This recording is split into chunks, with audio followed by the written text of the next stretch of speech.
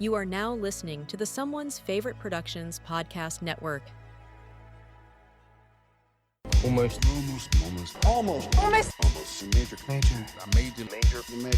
Major. Holy fucking shit, this is major!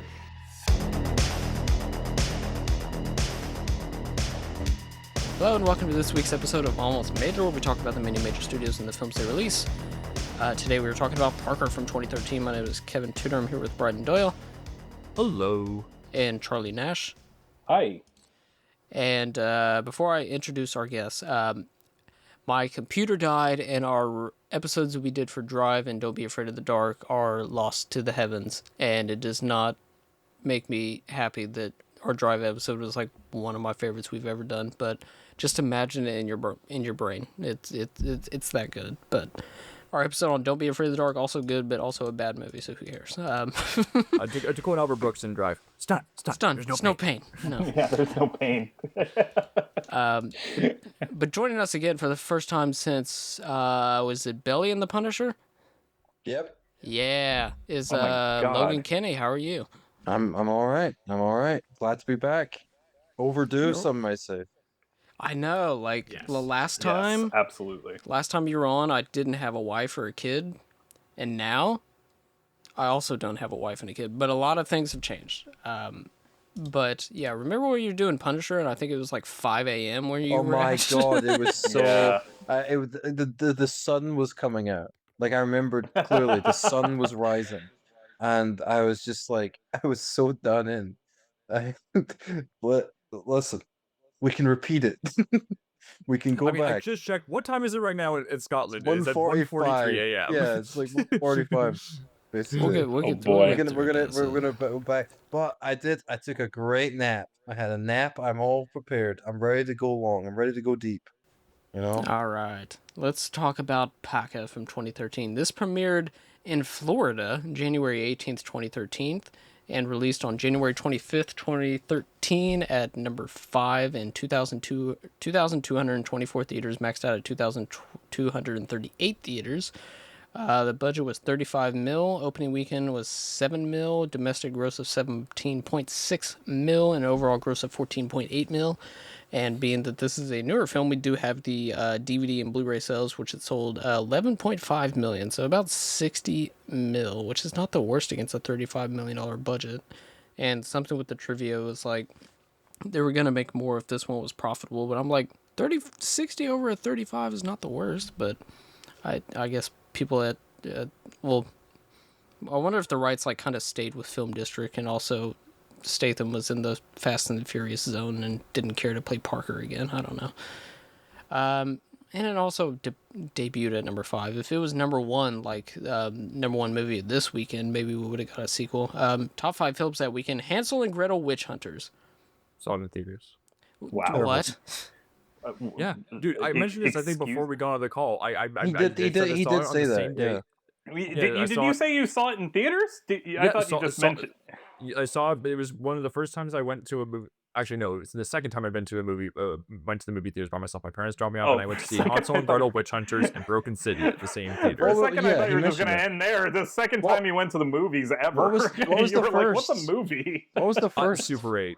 I saw Super 8 with my parents like on opening day, and then I liked it so much that I asked my parents, can you drop me off at like this other theater so I can go see it by myself. You waited like you were like in the entirety of 2012. You were like, nah, nothing, no movies to go see on my own. And then you're like, Hansel and Gretel. Oh yeah, I'm gonna get out of my house. I'm gonna see that by myself. I do have to watch that movie because it is a wide release horror movie, but I You also want to. can put I also that wanna- shit on in the background and like Well, barely yeah, watch I'm it. not going to intensely watch it, but it's very loud and obnoxious. like the Pope's Exorcist and The Exorcism, I'm not going to throw those on, and they're going to be, The Pope's Exorcist, great movie to watch Okay. in the background. Okay. Yeah, that went number 1. That also seems one of those movies that I look at that list and I want to watch the trailer and be like, is this actually a horror movie? Or are No. they The like... trailer is set to Devil's Back the Devil's Tattoo by Black Rebel Motorcycle Club. That's what that song's called, right? Yeah. Sure, yeah. I'll take your word for I it. guess. Yeah. That's Beat the Devil's Tattoo. That's what the song's I mean, called. I don't. Yeah. It can have any song and be misadvertised. Like, But what's the band name again? Black Rebel Motorcycle Club. How many of their songs were on Sons of Anarchy? I don't know. I mean, I know Shuffle Your Feet, and Howl were big. Howl's in Southland Tales, and the lead singer Robert Levin he did the music for The Card Counter, the Paul Schrader movie. Yeah, great movie. I like that soundtrack a lot. It's a shame he never made a movie after The Card Counter. Shame it never happened. Yeah, I haven't caught up with O Canada yet. Sorry. Bad Canadian. You're laying wow. down the side, yeah. I need to watch O Canada. I did not care for Master Gardener. No, I hated it. I hated Master No, Gardener. it's not great. And I hated O Canada. O Canada isn't like insulting the way the Master Gardener is. It's boring. It's the first Schrader movie. I was like, this is boring. Yeah. I did watch the trailer, and I was like, if Schrader was not directing this, I don't think I'd be clamoring to watch this. But I will watch it. I watched it. I watched it. Bored of it. Yeah. I mean, I still think First Reformed is one of the best movies of the past. Oh, outstanding! Outstanding 25 film. years. I haven't seen this in theaters because it made me feel so bad, and I was like, I remember. Hell yeah, dude. I was sitting in the theater, and I like in Glasgow Film Theater, Cinema 2, and I sat through the whole credits, and I was like, I feel so bad, and then I checked my next ticket, and it was Con Air, and it was in the same theater, so I literally just sat there. And then like existentially thought, and the crowd started coming in for Con Air, and I watched Con Air, and it was like the most joy I've ever felt at a movie. Basically, Chaser. I would highly recommend when you rewatch First Reformed, follow up with watching a Con Air, because you will never be more grateful for Con Air than you are after seeing the end of First Reformed. It's like I don't know what it says about me that I wanted to go clean the theaters that were showing First Reformed at the theater I worked at all the time, because that final shot is so fucking great. But it is a huge downer. I think it's because you also wrap yourself in barbed wire. I think that's what although you do. I'm not making out with Amanda Seyfried. No. I did have a few people on more than one occasion come up to me and be like, "Is there a post-credit sequence?" And I was like, "Yeah." Nick Fury asked him to join the Avengers after that. They're like, "Your alcoholism." We need a suicide bomber to take out the Wakandans. We need to blow up Thanos with a suicide vest. Guys, Galactus, how are we going to do it? Said this guy who used to be really good at playing cards, and then this gardener, and then I'm building a team. We need a lying documentarian who may be having dementia. We need him on the team. Mm-hmm. We need and then Lindsay Lohan is here. Yukio Mishima. He's joined the Avengers. This is like film Twitter's Avengers. Let's see. Number 2 at the box office was Mama. Number 3 was Zero Dark 30. I will watch Mama. Zero Dark 30 is probably what I was watching when Parker came out, because I did not know this movie exists. I saw that on March break in Florida. I saw Zero Dark 30 in theaters. I also saw Silver Linings Playbook in theaters, which was number 4, and Parker was number 5. Silver Linings Playbook is a movie that has fallen from grace, and finally I think people have caught up with the fact that movie is not very good. I loved it in theaters, but Cooper's great. The movie's bad. One of De Niro's worst, I would say. I think De Niro is actively really bad in Silver Linings. And he got nominated for it. I know he did. I think I maybe was like, it was like the first time in a while that like De Niro had been like in something, but like, or like I was just like into De Niro, and I was like, oh wow, he's so good in this and everything. And it's like, I wonder like if it would still like hold that power, or if it'd be more sort of like all he does is scream at the TV. Like it wasn't rough. Like he was basically in no real movies for a long time. Right, like what is he in that year? It's also like Killing Season and Red Lights, and then the year after it was Grudge Match, right around in 2013. It was Grudge Match, and Las Vegas and American Hustle as well. Wait, when was Dirty Grandpa? That was 2015. 2016. When was The Family? Oh, wow. The Family 2013. That movie sucks. That movie's so bad. What if there was a family? That movie sucks. Also, I believe Grudge Match was December 2013, actually. I think it was December. It was, yeah. Yeah, I got it wrong. I was thinking January. It was like January 2014 it came out in the UK, which is when I saw it, and it was not good. I think Grudge Match, I think that was a Christmas movie in the States. Yeah. I December, think you're right. yeah, December. Let's Man, all imagine get the going, kids together. Imagine you wake up on Christmas Day and you're like, I'm going to go fucking see Grudge Match. Like, just kill yourself. Also, Dozens of people did. just a wide array of movies to go see on dates. So, do you want to go see Silver Linings Playbook? No, we gotta go see Zero Dark 30. Oh, I I'm want not sure. Let's go so see Hansel and Gretel Witch I Hunters. showed Like- I showed Jillian Zero Dark 30 and she'd never seen it, and she was just like, "This movie is very unpleasant. I love it." That's so yeah. This is the Yeah, first 5 minutes. Yeah. Oh, I remember Torture, walking baby. in late. I went to an early screening and we got there a little late, and like the first minute of that movie is just a black screen with the 9/11 phone calls happening, and it's just fuck. I learned Like, about water. It was a big 2013 was a big year for me learning about waterboarding because Zero Dark 30 and then GTA 5. And I was like, oh wow, this is the torture method. Yeah. Jeez, yeah, that was that level in that game is very unpleasant. So Yeah, I don't like that. yeah, I don't. You can't skip it. But I mean, like, why did they do? Like, Oh, also, like the you can skip monologue it. about how torture doesn't actually work. It's just for people who have fun. And I'm like, they did not really think out the Trevor character in many You can respects. skip it, like the No Russia mission and Yeah, you Modern can. Warfare. I think you can skip. I mean, I don't know. The torture mission, I don't think you can skip it. Well, in what you GTA can 5, do, or at least I don't what you can remember. do is you can do it in that you can fail it 3 times and then you can just skip every bit. Like, you're really bad at waterboarding, sir. Yeah. Would you Every- like to go down every- to easy mode? So the Yeah. thing is, right, is that there's like for the 100%, like to get all like the gold stars on that mission or whatever, you have to like do it without like having his heart stop. I swear it's impossible. I swear every time I do it, his fucking heart stops. And I'm like, this is just making me sad to think about this. Oh my goodness. Quick time I've, events. I've, Yeah. I've tortured that guy dozens of times trying to get him to not die. Well, I've never actually played a GTA game like plot-wise. I've only just played it at Wow. friends' houses where we fuck shit up. Is there going to be more waterboarding in the 6th one that's coming out? I mean, the That's 6th one is like, going to I don't have Who's to say? $400. I think the 6th one is going to have everything you could ever do in a video game. That's why it's taking so long, right? Come on, guys, hurry up. Charlie, you gotta play Vice City. It's got the best soundtrack of all time. San Andreas is great. GTA San 4, Andreas is I also love GTA 4. I'm a big GTA 4 guy. That was the You're one a I had big as a Nico kid. guy. Yeah. I love Nico. I love him. I think I might have, maybe I told this on the podcast, or maybe I just said it in a group chat, but like once I like on like some like casual like Friday at like my high school, I like wore like an Adidas like sweatshirt and like and athletic shorts, and I think my buddy told me I looked like Nico Bellic, which I thought was just really I once played a game with my family where it's like you name like a celebrity and then everyone has to try and remember the celebrities and guess who everyone is. And I picked the voice actor for Nico Bellic, and I won because no one remembered his name. And that's like the equivalent of the I don't that's remember like his name the now. Tim Robinson sketch with Tim Heidecker putting all the jazz musicians Oh, it's in such a it. good Roy sketch. Dong. That's a great sketch. I loved it. I loved the other Tim sketch where he's the dog who wants to get in the clubs.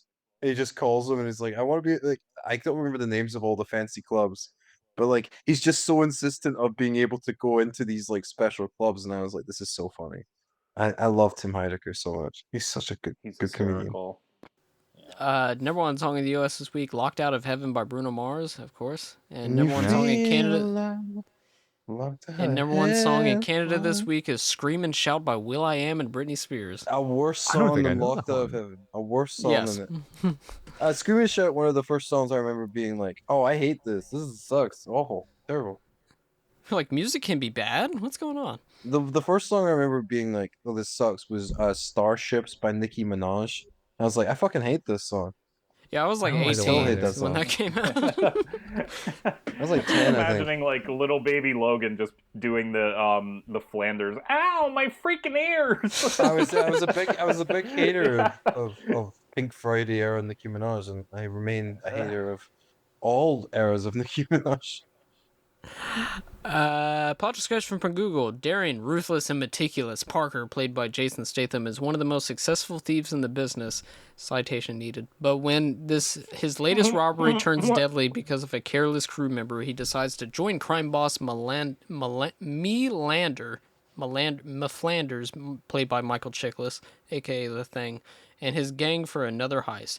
The crooks turn on Parker and leave him for dead. Parker survives and vows vengeance, tracing the gang to Palm Beach. There he joins forces with an unlikely ally, played by Jennifer Lopez, to hijack the gang's next big score. Okay. I love that you say, I mean, like, look, I get it. I was of a certain age where my first exposure to Michael Chiklis was him playing the Thing in That Fantastic was Four, meant to. and but like Yeah. Vic Mackey on the Shield is I think probably like the defining role of his career. I You mean, just completely unearthed. I completely blocked out that Fantastic Four movie. Oh no, it's two. no, There are two no, of guys. There's another one coming out, which means that you're gonna have to think about 'em. You're gonna have to think about how people are like they're good, and you're gonna Isn't have the to get that. first Fantastic Four movie all about how they're annoyed to be superheroes and hide in their apartment all day? I think remember there's a them scene being where at, like, Michael a- Chiklis is like in a trench coat Oh, and yeah, like he's yep, like there is. veering, looking at his family and whatnot. I was like, Yeah, he's motherfucker, his you're the Thing.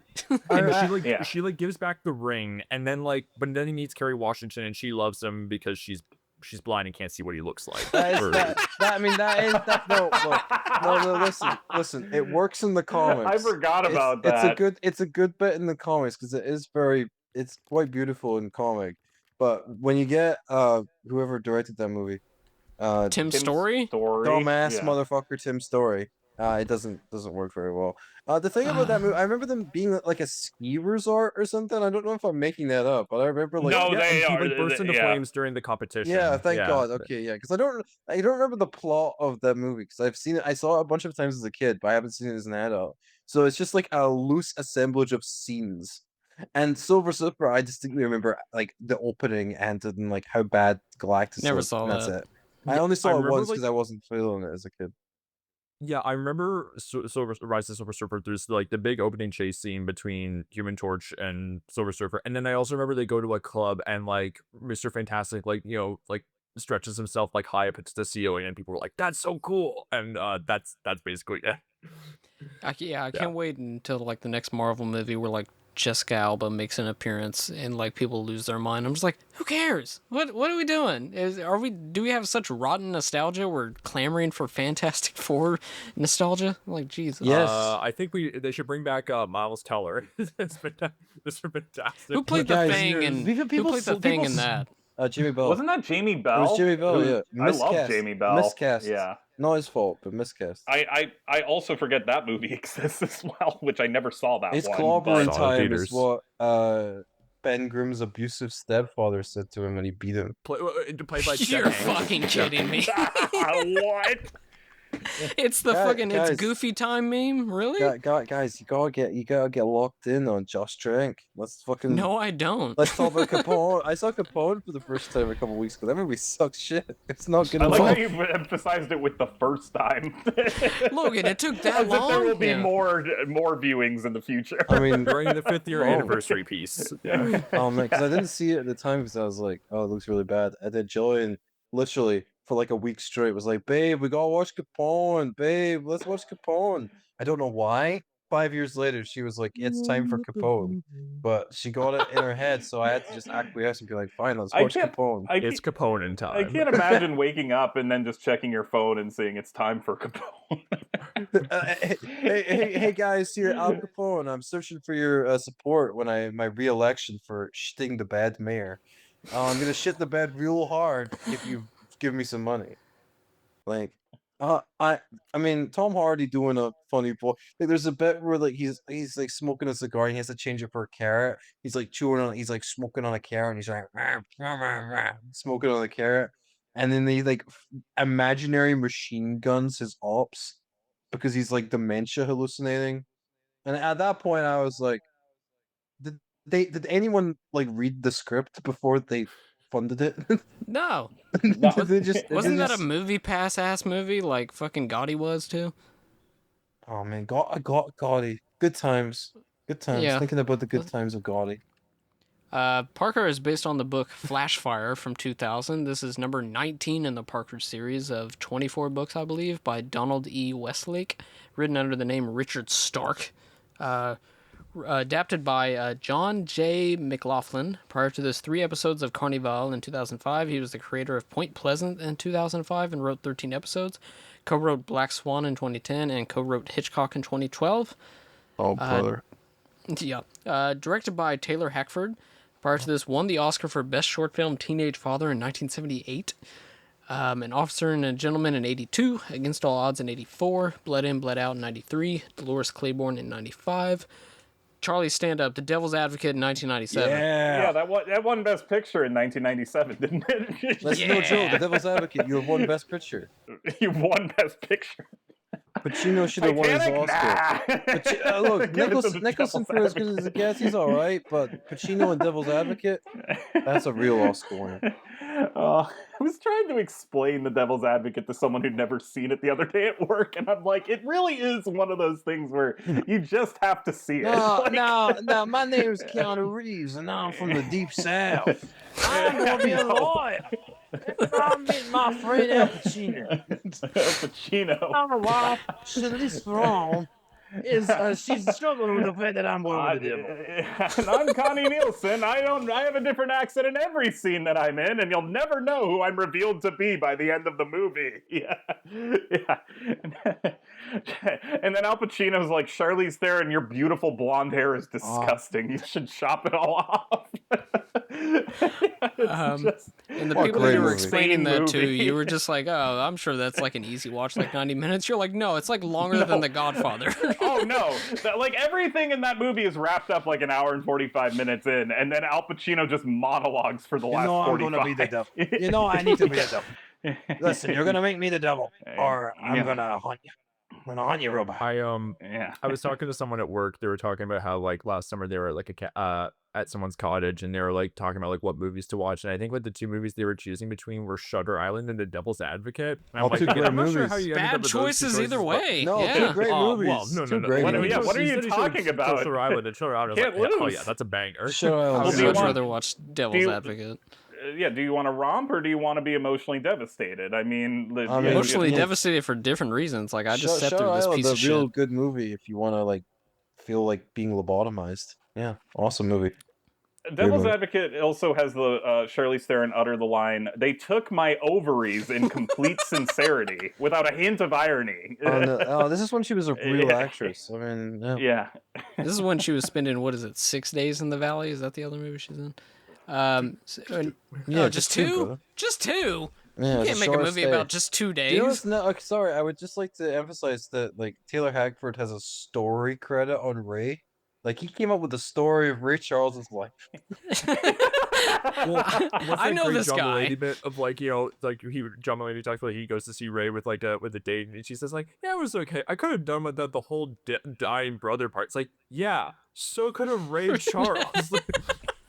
I haven't seen Ray, but every time I think about it, I think about the bit in Walk Hard where he's like, I'm too cold, I need the blankets. I'm too hot. And he's like driving the hospital. So funny. I've also never seen Ray. We watched Walk the Line the other day, and I hadn't seen it since having seen Walk Hard. And my God, every half that movie is just like, oh my God, James Mangold must fucking hate Walk Hard. Because like it's impossible to watch Walk the Line without thinking about Dewey Cox. Proof of Life in 2000. Totally solid. That's probably my favorite of the movies I've seen of his. Yeah. I haven't on seen- script. It's Right? weird. Oh yeah. Oh, I do need to see that. Isn't that the movie where Russell Crowe and Meg Ryan had the affair on up screen? Yeah. More like The Proof of trailer is Life. set to YouTube's until the end of the you world. know what? People gave Meg That's all. Ryan a lot of shit, but I'm sorry. You have 2000s Russell Crowe right there, and she's married to Dennis Quaid? What? I'm And Dennis sorry. Quaid's an insane loser, so like, yeah, fuck Russell Crowe. Yeah. I think that yeah. more actors should have affairs on set, 'cause that's real classic Hollywood shit. Yeah. Come on, Hell you yeah. need a love affair. Like, And it only ever happens on movies that are bad, actually. Because then I'm people so go see depressed. it. This movie sucks. Please fuck me. Yeah. Just like, everybody was like, we gotta go see Anybody But You because I think they're fucking. And then this movie's bad, actually. But that movie made like $200 million because people were just like, huh? Do they have chemistry? And they watched it and they're like, no, they don't, actually. Nominated for so Best Director hot, for though. Ray in 2004. And after this, The Comedian in 2016. No. Your fault. You're missing. God, I forgot You're about missing. the comedian. No, you're missing that he followed up his Oscar-nominated film Ray 6 years later with Love Ranch. That doesn't exist, though. With his wife Helen Mirren, right? He's married Yeah. to Helen Mirren, right? Yeah, but that's the God, thing. I forgot That's the about thing. Love Ranch. Love Ranch was his follow-up to Ray, and that movie made $137,000. Okay. Yeah. Wait, did Joe Pesci come out of retirement for Love Ranch? You gotta go to the Love Or Ranch. did it send him into retirement? Both things can be true. You ever think He about went how out, he came outside, then went right back in. he came out of retirement briefly to play like Pete Davidson's uncle on a one-season TV show, and then he went back to retirement. Yeah. Yeah. What was Did you guys Joe watch that Pesci, on what a guy. binge? You watched that on binge, or was that on Floodle? It was a Peacock. That's a real thing, right? Somewhat, yeah. Gina Gershon is in Love Ranch? What? She will do anything. Everybody's for at him. Love Ranch. Adds Brett, to I watch list. I remember watching Eli Roth's Thanksgiving with Gina Gershon, Oh yeah. and I was like, His so, like, only at the, good movie. Yeah. at the start of it, like she gets like murdered and her brain gets fucked up, and the whole By a movie, shopping cart. Yeah. yeah, the whole movie, I'm thinking like, well, she's killing all of them. She's alive, and like her brain has been crushed, and it's like mutating her, and it's gonna be like this sick kind of like malignant knockoff twist. Nah, she and dead. That might be good. But then it was just like, oh, it was just a sheriff. I'm like, I was so disappointed. In my head, From what I remember, she gets fucked up. Like she there gets was no fucked up. part of me that was like, oh Five- man, she's just- good, she's fine. I just thought that it would be like a sick twist out of nowhere. Like she's alive, her brain is like falling out, and she's like killing people because her brain's messed up. But no, it's just Patrick Dempsey. And I remember like Kevin saying, like, I think in our group chat like that year, like we were talking about like, oh, who would you put on like your best actor ballots? And Kevin said, I'm just gonna put Patrick Dempsey in Thanksgiving. Addison He Rae, said best something like that. supporting actress, Thanksgiving.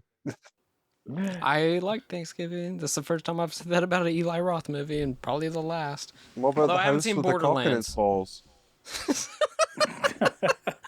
I haven't seen Borderlands, so don't shame me. Borderlands is like honestly, Kate Blanchett is pretty good in it, but everything else is just like this is the If worst you movie say ever. so. Like I'll never know. like Jack Black should be in prison. Oh, For we'll it. talk about Jack Black being in prison. Hold on. Starring Jason Statham as Parker. We discussed Mr. Statham in our intermission episode of The One. Logan, I know you ride for Statham, so what are some hidden gems from Mr. Statham? That's a good question. I like London with him and Chris Evans and Jessica Biel. Where like Before it's fallen. Just London. No, yeah, London, just London. Okay. And basically him and Chris Evans had clearly like gotten along while making Cellular, which is not very good.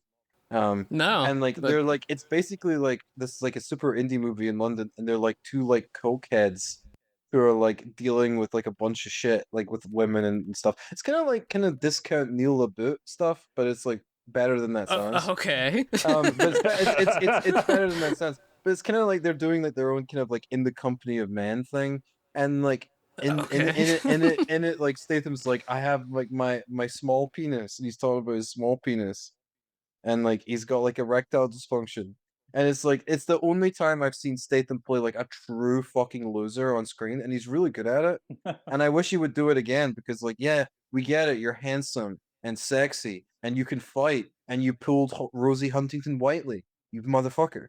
But like, come on, is that his wife? yeah, they've been together for years, yeah. Holy shit. But like he it's so good, and Evans is really good in it as well. Like he is like made to be losers on screen as well. Like he's a great. I really liked London. Revolver. I like Revolver a lot. Guy Ritchie. Ray Liotta's really good in it. Mark Strong's really good in Revolver. Great wig on Statham. Like he's got like a long hair wig. It's very funny. I like Revolver. I liked Mechanic Resurrection because it's one of the sickest kills I've ever seen in a movie. Where he like burns his face on a barbecue. Uh-huh. It's fucking Oh. gnarly as hell. And the first Mechanic's like a pretty solid movie too. Yeah, I'm gonna Safe 2012, great movie. I like that one too. I've heard I that's watched that when good. I was recovering. I rewatched it. I saw it in theaters with my mom, and then I rewatched it when I was recovering from my wisdom teeth surgery. And like I was like, this is like still pretty good. Like It's I really was, I good. was Yeah, into it's a it. good one. Yeah. There's one I'm gonna have to watch because I'm gonna have to. I don't have to, but I'm gonna be on a podcast talking about Jet Li, and I'm like, I have to watch all of his movies then. Oh so my I'm god, gonna have to the watch one is War. awesome.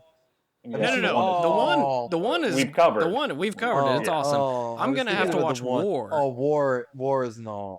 I've Or heard it's not good. fucking bad. It's and not. I've It's not. What is it good for? It is not. It was clearly like fucked with in post because it's just not a movie. yeah, because I've heard they have like one scene together, and I don't even Yeah, think it's they like fight. not. It's like not a movie. I It doesn't I function. do remember that getting dumped in like the first week of September, which It's- is like yeah. I went in I've with never like seen it, I went in but with like reasonable expectations because the one is awesome, and then this movie is just like it That was doesn't. then. This is now. Yeah, it didn't hit. I know this is. Ghosts of Mars underrated as well. That was what I was gonna say. Ghosts of Mars is my favorite Jason Statham movie. That's a good pick. It's I not was really gonna because of rewatch him, though. Transporter because Corey Young actually directed that or Tra- co-directed Tra- that. Tra- but Transporter 1 and Transporter 2, I wouldn't call good, but they have like very strong merits. Transporter 3 is dog shit. Olivier Megaton, more like get the fuck out of movies, you cunt. Oh my god, I always forget that he made a Uwe Ball film too. You ever- In the name of the King. Dungeon. I watched that with Greg, my best friend Greg, in like a London Airbnb in like 2019. Did they have it there on DVD already? No, we brought it. We brought it with.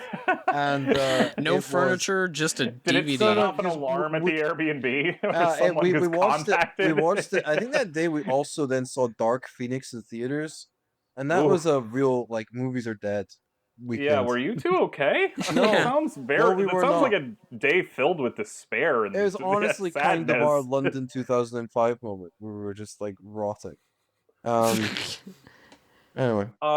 As someone who also likes Paul W.S. Anderson, do you like his Death Race Death Race remake? is good, yeah. It's one of my I- least favorite PWSAs, but doesn't mean anything coming from me.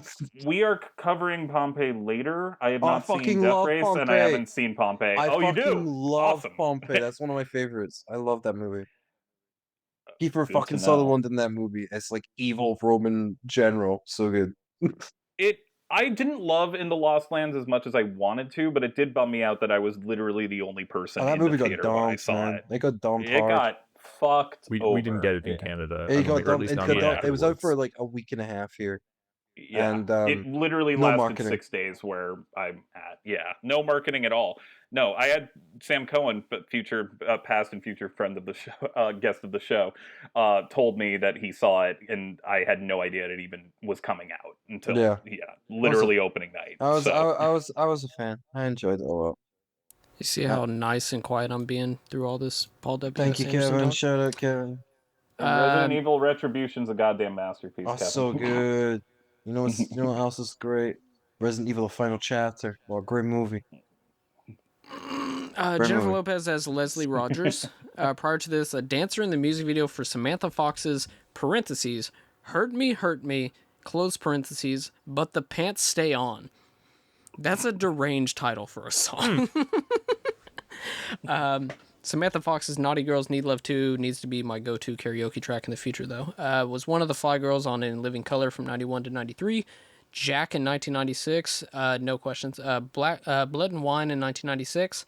Selena's in 1997. And motherfucking Anaconda in 1997. What do you think about You're that one, not Kevin? even. That's pretty good. What do you think about the sequel that's going to come out? You remember when I was saying we'll get to talking about Jack Black needing to be in jail? What do you think about Congo? Haven't seen it. I do want to watch Congo. Oh, Congo's I almost said Congo's bananas without any hint of irony, and realized what I was about to say. Sounds like a Donkey Kong working title. Yeah. Yeah, it's the remake meta sequel. It's like the greatest monkey's paw ever. It's like you're getting a sequel to Anaconda, but they're gonna be nudging you and winking the entire time. Just like Jesus fucking Christ, Is this dude. the same monkey's paw that you threw in a closet after Hunt for the Blood Orchid came out, and you just decided to ignore for 20-something years? I saw that in theaters and loved it because I was 12. Okay, I rewatched it like 2 years ago. I was like, this is bad. I'm happy to own it. To be fair, I haven't seen that movie. Although I do remember my mom like practically like shitting a brick in her seat when the trailer for that happened. When she took me to like, I don't know, Spider-Man or something. My mom has never reacted worse to a trailer than Anaconda: Hunt for the Blood Orchid. I mean, I'll be there day one. I will. And I'm very not excited, but I would like to hurry up and see the trailer because everything they've talked about is like, oh, it's gonna be a goofy time, and I was like, you know how Anaconda '97 is just a rip roaring funny time. I mean, it is, but it's not. Um, uh, yeah, it's like the Monkey's Paw that I also opened for Blair Witch, and they were just like, too bad Adam Wingard's doing it. U-Turn in 1997, also with Nick Nolte. Out of Sight in 98, The Cell in 2000, Angel Eyes, which we all remember, Enough in 2002. Her name is Slim Hiller in that film. I just thought that was funny. Geely in 2003, Jersey Girl in 2004. That's a good movie. Leave Me Alone. And Shall We Dance in 2004, which also has my man Bob Cannavale. I'm with you on Jersey Girl, brother. I'm with you. Good movie. There's dozens of us out there. The Boy Next Door in 2015. Do I need to watch this garbage? Yes, you do. Yes, you I absolutely have do. never been to a rowdier press screening. It's one of the I've funniest never been movies to a ever. rowdier. I press feel like screening. the first edition of the Iliad. It becomes like it flat out becomes part. Looney Tunes at the end. Okay. Too. Like there's the climactic set piece set in a barn that is just like insane. But that's like 5 minutes in the movie. Kristen like, Chenoweth is so funny. And Okay, she is. I shouldn't watch this by myself. It should be with other people, right? Yeah, that was my yes. mistake. I watched it by myself, like after my parents had gone to sleep on I a would laptop. watch Like, I would watch it with I'd get Jillian on the phone and just watch it with my fiance Jillian. Like she just rings you up on the phone. It's like, Kevin, we're watching this. Yeah. I'd be Like, fine. you made Logan watch Capone. I'm not falling for your tricks. Yeah, get him. Hustlers 2019, a bunch of streaming slop. And did you know that she's playing the lead in the remake of Kiss of the Spider-Woman this year? Yeah, directed Peru to by... Sundance. Oh wait, really? I heard it. directed I by Bill heard, Condon, right? I heard Yeah, she's almost amazing. Majors alum. That'll be like a 5 out of 10. Yeah, Bill, Sundance hype is like, oh, she's amazing. She's incredible. It's the You look fucking at the altitude. I don't want to. Well, they're moving Who wants a now. remake? They're moving Yeah, like away what'll from happen, Utah.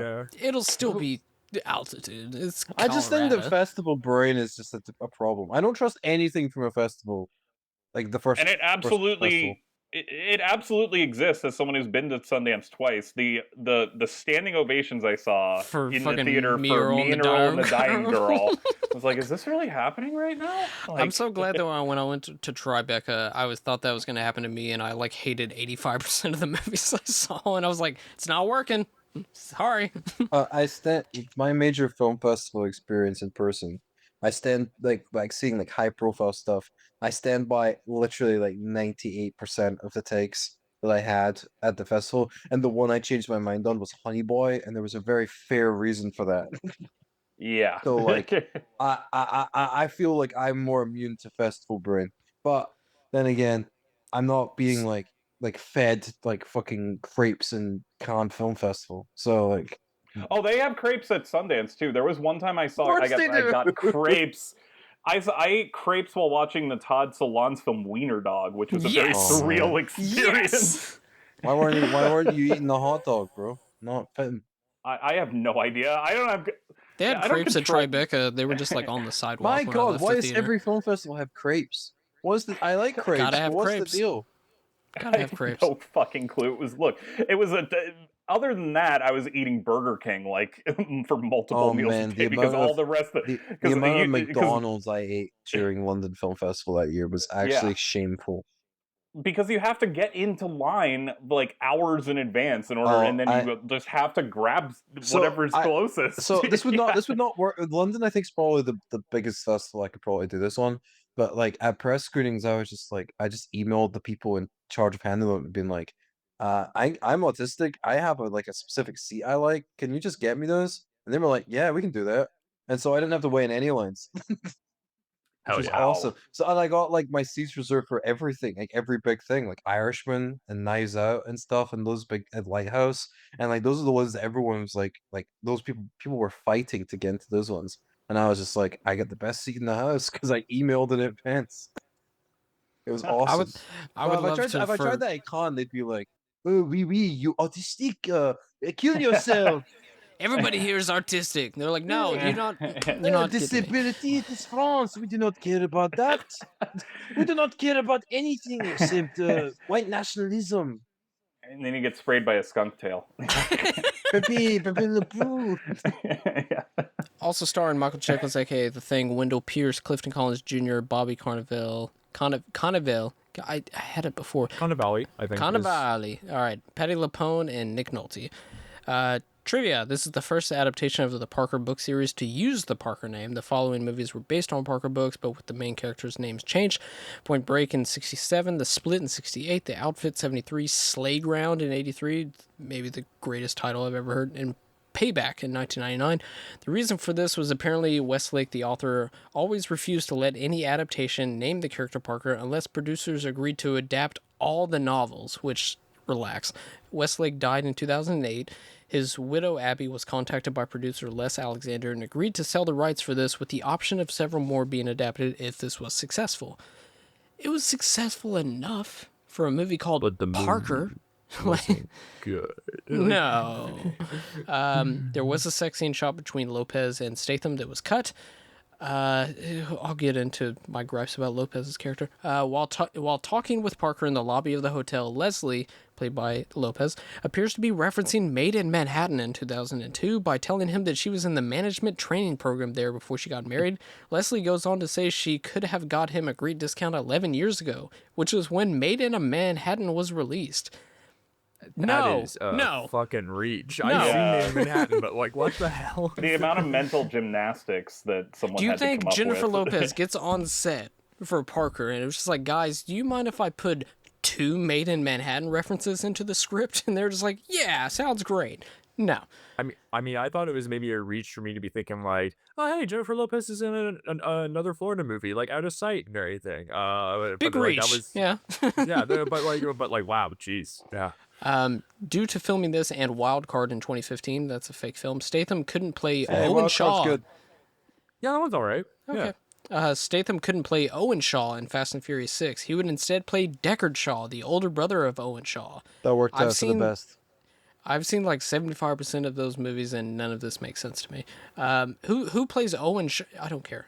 Luke Evans, bro. Galaxy Brain / bottom of the barrel IMDb fact. When Parker is telling Hurley, Nick Nolte, about his principles, he states that without him, life would be led by chaos. He says, quote, "Nobody likes chaos." Statham starred in a movie that received mixed reviews called Chaos in 2005. Mixed reviews is generous. That movie is fucking bullshit. It's terrible. You think Statham got on set 8 years after Chaos and was like, can I put a Chaos reference into this?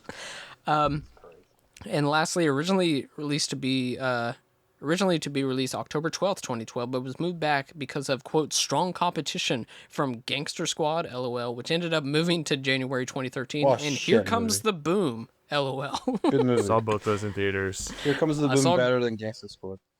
I saw Gangster Squad in theaters. It's quite bad. Civilized people need to follow rules. I don't steal from people who can't afford it. I don't hurt people that don't deserve it. And most importantly, if you say you'll do something and you don't, we made a deal.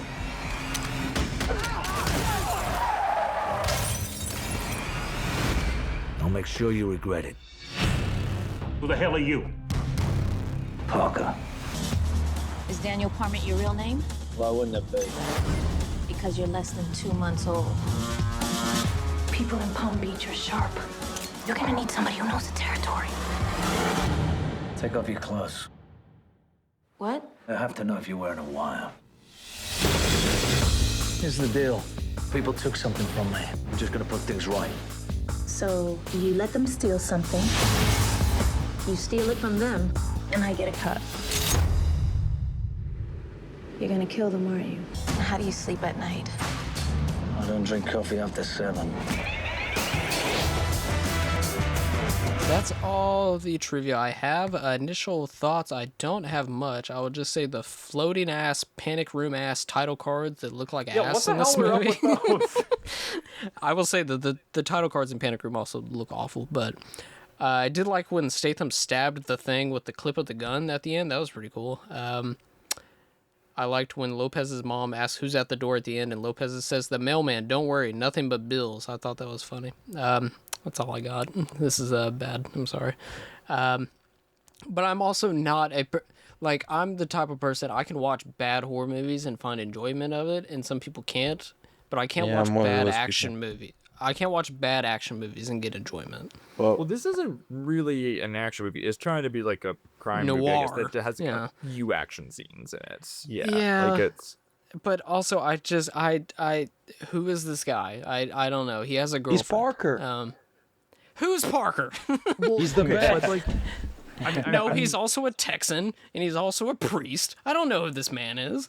but I He's a guess, master like, disguise. right. That would have been funny if they'd gone harder with that bit. Yeah, it's Dana Carvey shows up, yeah. But like I mean, so you cited some of the other. I've never read any of the Parker books. They sound like they're supposed to be quite good. They're but, good. like, I've read a it's- couple. They're good. Yeah. All right. Cool. I'd like to hear more on that in a little bit. But it's I've seen a couple of like the adaptations that you mentioned earlier. So I've seen Point Blank, which is good, and then the Outfit. I watched this research. And Point Blank isn't that's just like good.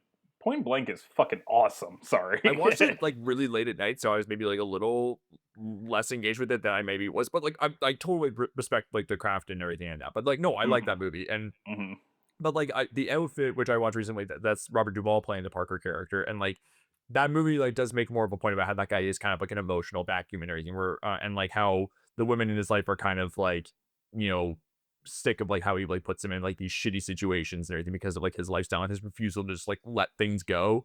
Karen Black is his love interest in that movie. He's also partnered up with Joe Don Baker, and like he's also like they're both like kind of pathetic and everything. And like the movie maybe like cops out a little bit by not having like the downer ending it seems like it's aiming for and everything, but there is like a good sort of like grimy sense of atmosphere. Like there's a scene where they have like a gun deal and like it's like filmed at one point they have like a shot like through the windshield of the car where there's like just like a giant piece of bird shit that's on the windshield and everything. I just like that texture to the movie. And it's also like got like a nice sort of terse violence, like unsentimental quality to it that I really like. You don't really get that in this movie Parker and everything where like, you know, he does like, I mean, is it okay if I get into my thoughts on this movie? Like I had so much more. No, I'm kidding. Literally the only thing else I had to say is like Lopez reminds me of like 9 of the women that were in Playing for Keeps that are just like the way that they're written. It's just like, please, I'm a divorcee, please. It's like she's out of a shittier, like much like cornier, like comedy and everything than like the hard crime movie that it's trying to be. Which at the end, whenever she's held hostage and she like is real skittish about like whenever Bob Connival just like shows up at her house, you know, and there's blood everywhere and she like finds Statham, it's like, oh, I don't know what to like. That is interesting, you know, to have both sides of that. But when she's not that, she's trying to be like this kind of temptress, and it just doesn't work. And then she has that point where she's crying that she's like a divorcee, and and I'm just like, this is embarrassing, dude. Yeah, I mean, that's it. Well, yeah, I mean, the thing is, like, the movie, like, doesn't really, like, treat its women as, I mean, look, the Outfit does not treat, I mean, the other Parker adaptation I was talking about doesn't treat its women especially well. I mean, like, Duvall is, like, a prick in that and everything. Like, he, like, slaps Karen Black around and everything. But I feel like that movie is, like, at least critical of, like, how, like, this guy is, like, not very nice and everything. Whereas, like, in this, like, there is, like, the weird, like, sort of creepy quality to like some of the like the nudity and like sort of like, you know, images involving like, you know, scantily clad women and everything, where it's like kind of like got like a menacing context to it, where he like, you know, Statham is like creeping up behind like Jennifer Lopez as he like asked her to strip and like, you know, show for wires and everything, but then like the camera's like leering at her ass and everything, then like, you know, like looking at her and everything, and like she's like, it's like, oh, she's like kind of into it, like smiling, like when he leaves her like from this terrifying situation or anything, and it's just like, ugh, it feels really gross. And then like there's like, and it's also like Statham, I feel like he doesn't like quite like, he sort of changes how his character sort of is like from scene to scene, where like there are scenes where he is like weirdly seems like kind of like a nice guy and everything, where he's weirdly compassionate to that one guard, basically. I'm like, oh, you know, you got a girlfriend, you're gonna go hang out with her like at night and you're gonna watch on the news and you're gonna be happy that you're all together and everything. But then like he'll like, you know, when he like goes to like, you know, rob the one place for like money and everything, once he like gets out of the hospital and everything, he just like shoots that guy in the leg and everything, and it's just like he's like super cold about it, and like it's just like he kind of just like changes his personality from like scene to scene, and it doesn't feel like consistently well thought out. And yeah, like I don't think the movie's like really like, he's never like he's never really convincing as a guy who actually gives a shit about other people, and he's also not convincing as a guy who will like not quite convincing as a guy who will like leaves himself like cut off to other people and everything. It doesn't quite work from a writing or performance standpoint. And there's also like I feel bad for the other actors playing like the thieves that he's running with, because like they just like they're good actors like, but they just have like no personality whatsoever. Like Michael Chiklis is scary, I guess. Bald. And yeah, Wendell Pierce, he gets his ear shot off, like you said, and then like at the end of the movie, he's like becomes like a sexual predator where he tries to attack Jennifer Lopez, which is Yeah, like that wasn't super fun. shitty. Yeah. Yeah, that was weird. And then there's Cliffy Collins Jr., who like really has no personality. He just eats pizza and drinks beer and that's it. And then there's Sounds like a and then the guy- personality to me, but okay. yeah, and then there's the one guy who maybe does have the most personality. He's like the big fucking weenie, who I believe the actor's name is Mika Sloatman, who he's not bad in the movie and everything. Like I think he plays like the weakling well and everything, but it's just like if that's your most well defined like character in the Band of Thieves, like I feel like you're doing something wrong. That like and it's just, and the movie doesn't work as like a heist thriller too. Like it doesn't really like seem interested in like the process that goes into like planning a heist. And like I feel like it's also like a movie that shows and tells like does the latter excessively, where it's like they'll show you the characters like doing something for like part of a heist and everything, but then they'll also have like a character explain it in dialogue, like, oh, this character's supposed to be like coming around here and everything. Or like I mean I mentioned in our little chat with you guys beforehand that like there's the part during the climax, which happens so quickly, by the way. They're building up to this whole heist and it happens, it's like throughout the movie, and like it happens like in like 5 minutes. But like there's the point where you're seeing it and everything, then like you just get a close-up of Jennifer Lopez going like, it's really happening. I'm like, yeah, I know, I'm watching the movie, like I understand like what's been going on. And it's just like I joke like it was sort of like how like there was like the article about like how like a lot of Netflix movies are being written so that like you can watch them without actually like looking at the screen. This movie does kind of have that feel sometimes, where it's just like, why are you like going into so much detail like recapping what I'm watching? It's yeah. I also, and so like I don't think this really works like as a crime drama, because like I don't find the characters or the details of their work interesting. But it's also, I don't think, an especially strong action movie. Like I feel like, but it's like, I mean, there's like some bits of nasty violence that like kind of work. Like I like the bit in the hotel fight scene where like when he's like being like the knife is being used to attack him and everything, he like lets the knife go through his hand so that he can like get the upper hand on the other guy. Like that's cool. But then like it's like so that scenes like that and like so many other parts in the movie are so weirdly edited, where like there's like a dissolve like thrown into the middle, like for like a half second in the middle of the scene when like Statham gets thrown into a mirror, and I'm like, I don't know why that needed to be in there. You could have just had like this cleanly shot fighting scene, and then like you get like all those like milky gray like flashbacks to like Statham being shot, like even though like you've seen like the scene like 5 minutes earlier. It's like why do we need to be having this? Like it's like in like it's just like it's so unnecessary, like so much filler. Like you could just like cut this movie down on like just sort of like the explaining of like what's going on, and also like the backstory, and also like I don't know, it's just yeah. I don't think I'm sorry I'm dunking on this movie so much. But it like it's there are like occasion I do, and Kevin, you were talking about like watching like a lot of like junky horror movies and everything, like how you kind of enjoy that even when like they're not especially good. I do find I have a pretty high tolerance for like junky action movies and crime movies and everything. Like but like this one, even like this, I'm like kind of struggling to like think of like what I actually liked about it. I Yeah, wanted and, like, Statham in that hotel scene, whenever he has the glass in his hand and the guy's hanging off of him on the side of the building. I wanted him to get his hand and smack the guy and stab him, and then he drops down. But no, he just kicks him in the face. I was like, you can't just have glass in hand and not use glass in hand. Like, come on, man. And then you get that, and then like you get that like really bad. I also loved that scene like 2 minutes afterwards, like it's on the news and everything. And you like you get like we also have cell phone footage where it's like, and then you hear Is that like a these guy? really terrible Yeah, voice is that actors, a like, guy? oh Why my are gosh, they he's even falling watching from the hotel? Yeah, but it doesn't have anything to do with anything either. It's just like they're just watching it, and then I don't know, like, is it supposed to prove that Jennifer Lopez's coworker is a bad person or something by Do going, not oh, know what's going on with her I don't coworkers. know what's going on with Jennifer Lopez's coworker. Like, she seems fine. I don't know. It seems like she's just doing her job. Then her coworkers are like, "You stole my client." Yeah. Oh my god. If John Turturro showed up and fucked everybody up. It just ends with Jason Statham biting into a cob of corn. Okay. Logan, initial thoughts. Um, Tell us we're all wrong. You're letting the side down, team. You're letting the Parker Hive down. Okay, the Parker Hive has been dormant for 12 years, and we need a real revival. And Almost Major was supposed to be the ones to do it. There's And, still one bee in that hive, and his name is Logan Kenny. That's fine.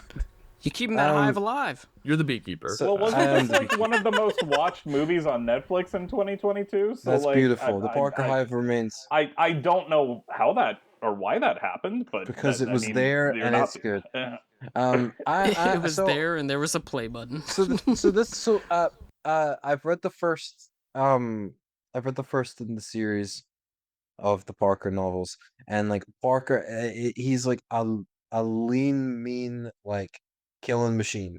Like he wants to fuck with you. He's like it's very much in Point Blank because it's Point Blank adapted it.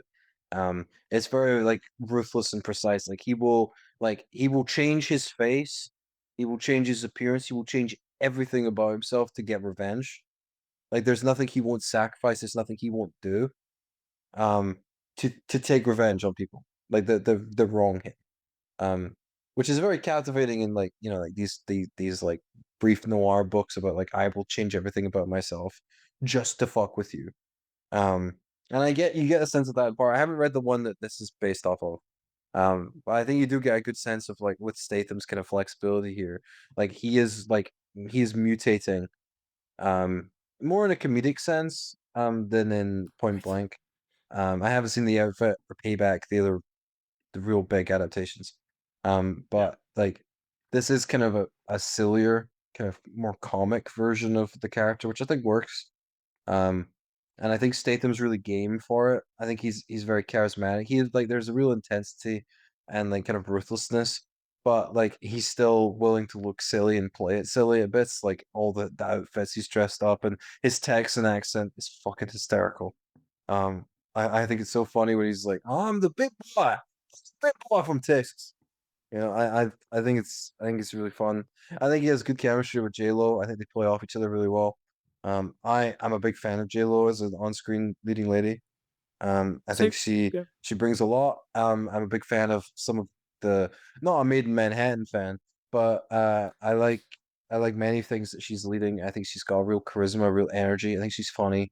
I mean, yeah, Out of Sight. I mean, like that's Oh yeah, like sizzling, the and best. sexy. she's fucking incredible and Out of Sight. Well, Yeah. I think sometimes that I think Waiting sometimes for a certain Snake movie to be mentioned, yeah, but Anaconda, okay. yeah, can't forget Anaconda. But I think she's a very I think she's a good force for him. I think that like a lot of the times in Statham movies, he has a really weak ensemble around him, even in like even good ones. I think that typically he's kind of paired with like even in something like Frank, he's paired with like Amy Smart, and Amy Smart is fine. But like I don't think anywhere near the level of Statham. And like the closest in the Crank movies getting to have like a truly amazing screen partner is Dwight Yoakam, and every scene of Dwight Yoakam is on the phone and split screen. So like he is not and like our Death Race, like Wild Card, like even Safe, like those are movies I really like.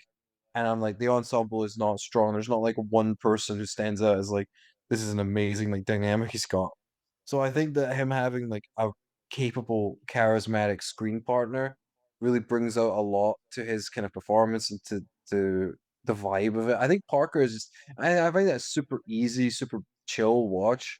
I think it looks really nice. I think it gets the sunny Florida vibes really, really well. I like the gangsters, the heist crew. I like that they're all quite one dimensional because they're pretty one dimensional in Park. Kind of classic noir. There is a lot of like one dimensional goons.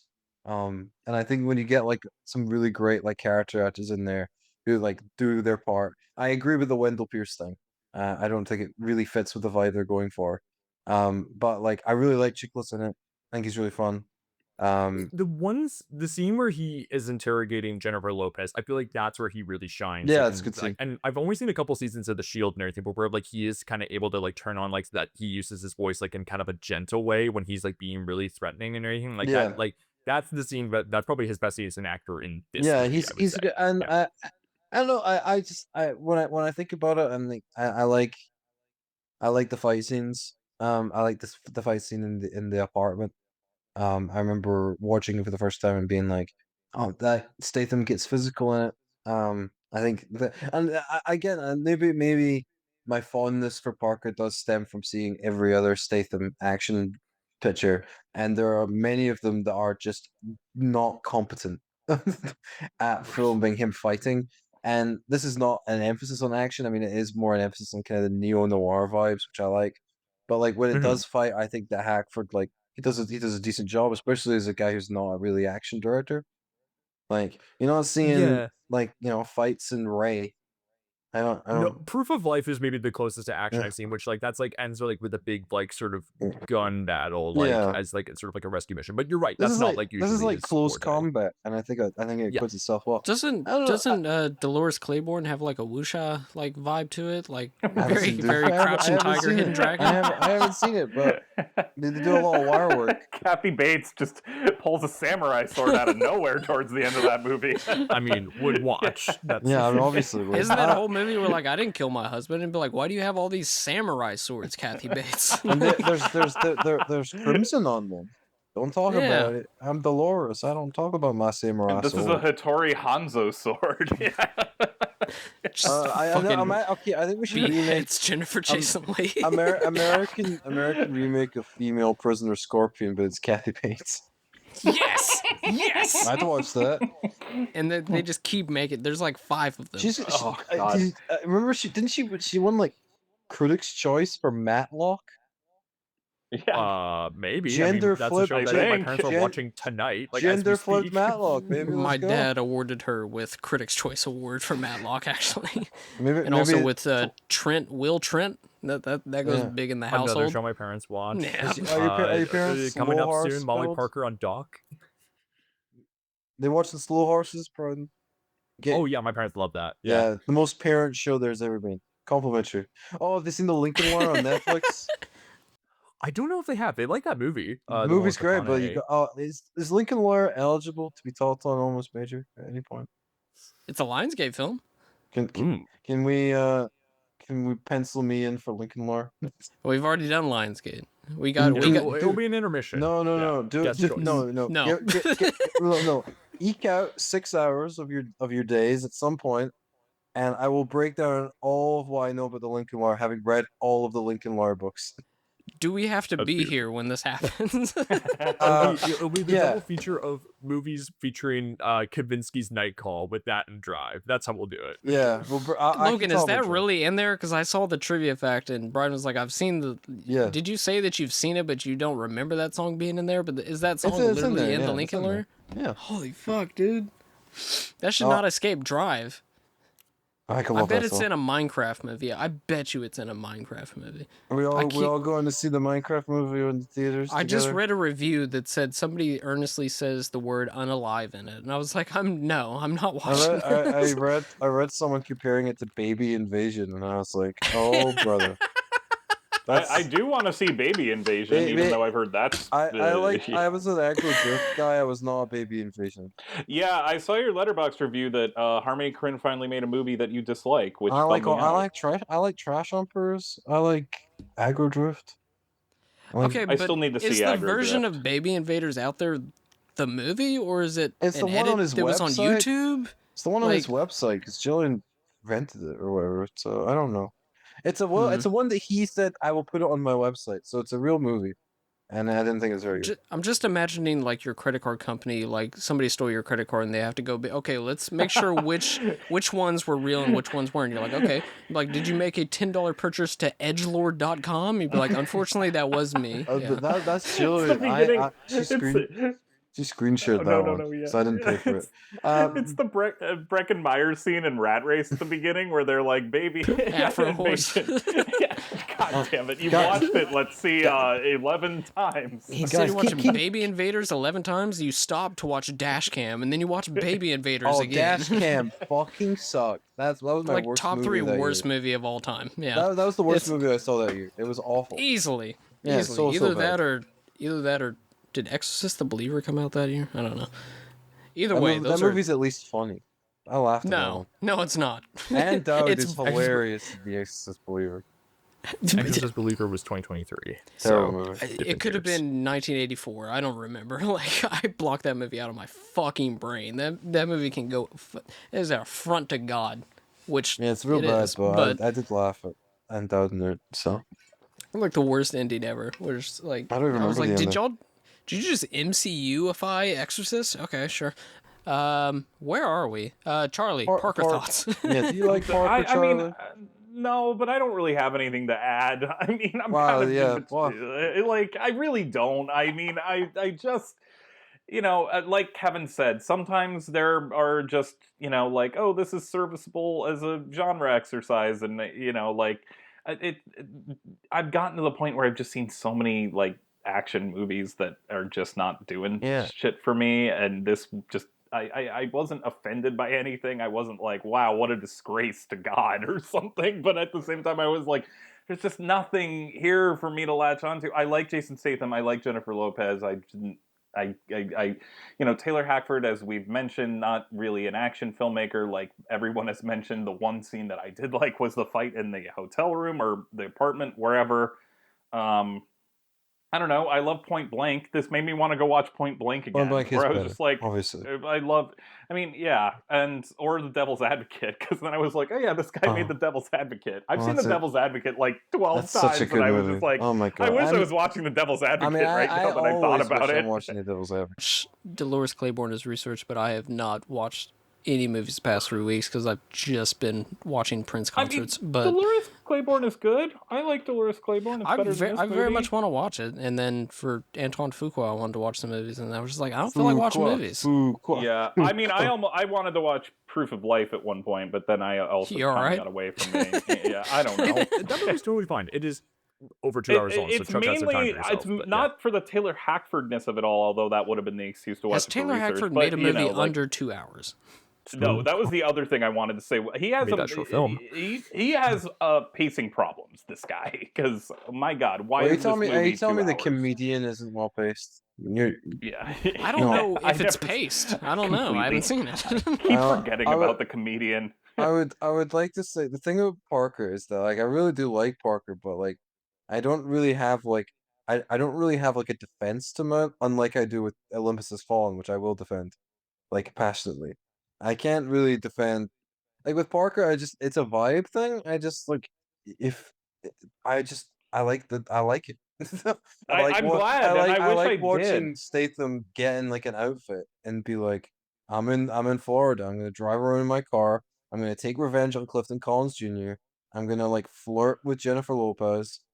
Like I'm gonna murder some people. I'm gonna be really aggressive at points. I'm gonna fight a guy in a hotel room flat place. And like I'm gonna like go and do it again in a sequel that never came out. I don't know. I think it's a movie about simple pleasures, and I think It is. I think it to me I think like it's charming and fun, and it to me I don't really have issues with the pacing.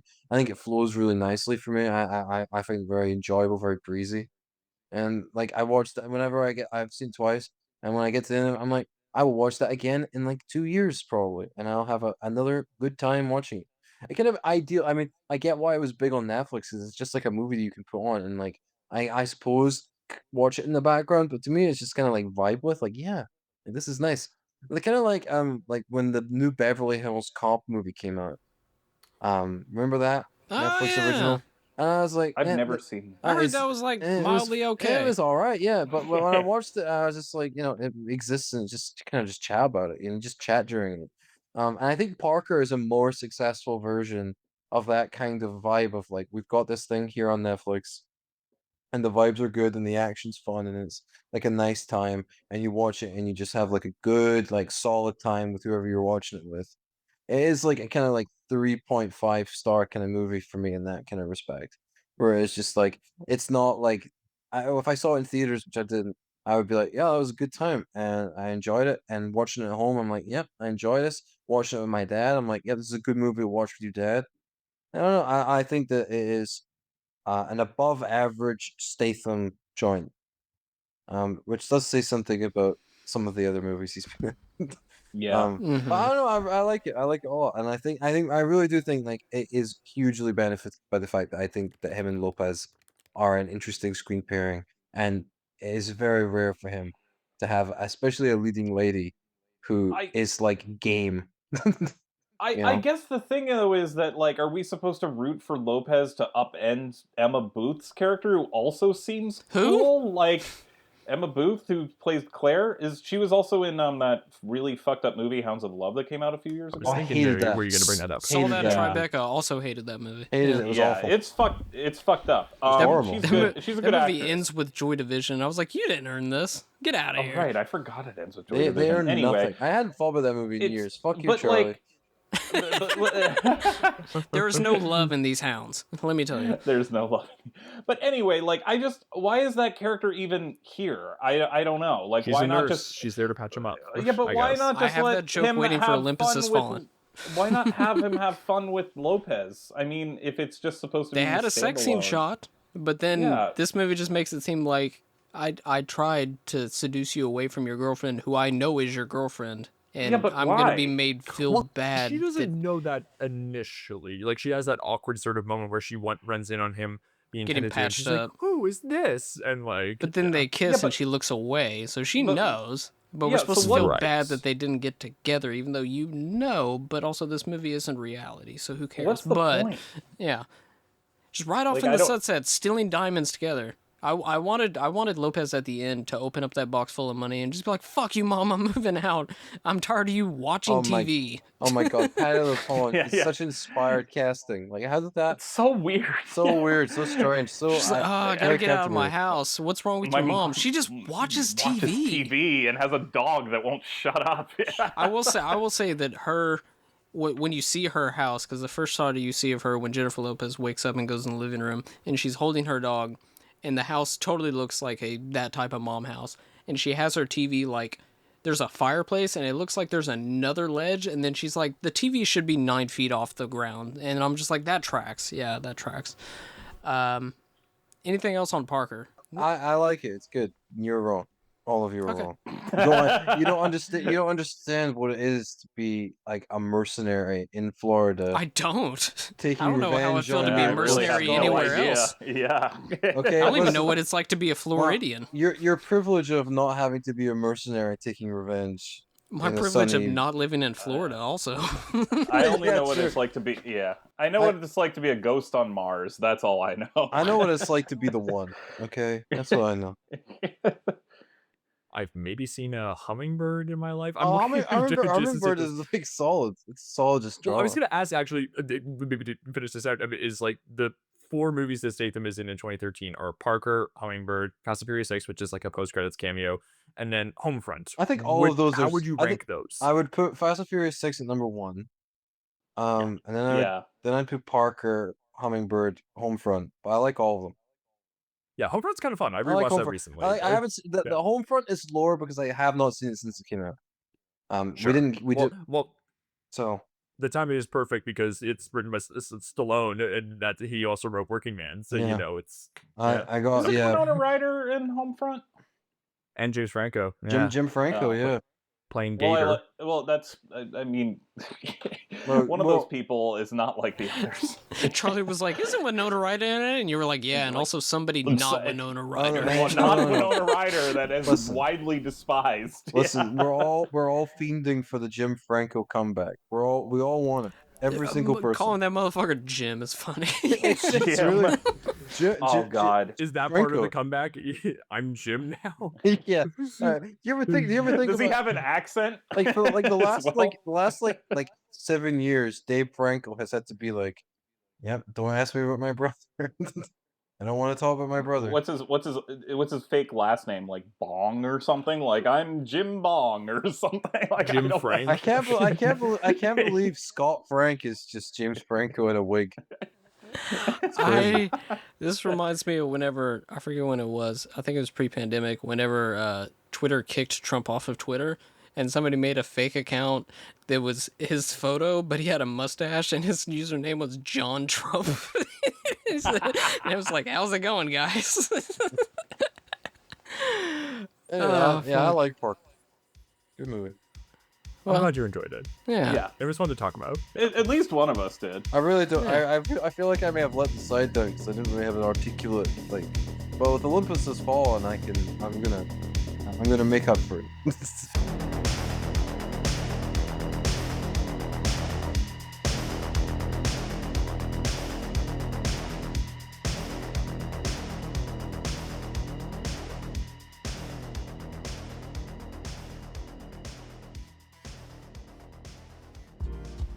Are you a film fan who loves the ultimate home video experience? Look no further than The Disconnected. Your host, Ryan Verrill, is your go-to source for the latest and most accurate information on home video releases, exclusive interviews with industry insiders and filmmakers, and has established a thriving community where every film and physical media enthusiast feels welcome. From hidden gems to blockbuster hits, The Disconnected brings you insider knowledge and a welcoming space to share your love of cinema. Watch every Thursday night at 9:30 Eastern, 6:30 Pacific for the live announcements show and follow The Disconnected on social media to stay updated. Subscribe to The Disconnected on YouTube or on the podcast provider of your choice and dive into a world where every movie night is an adventure.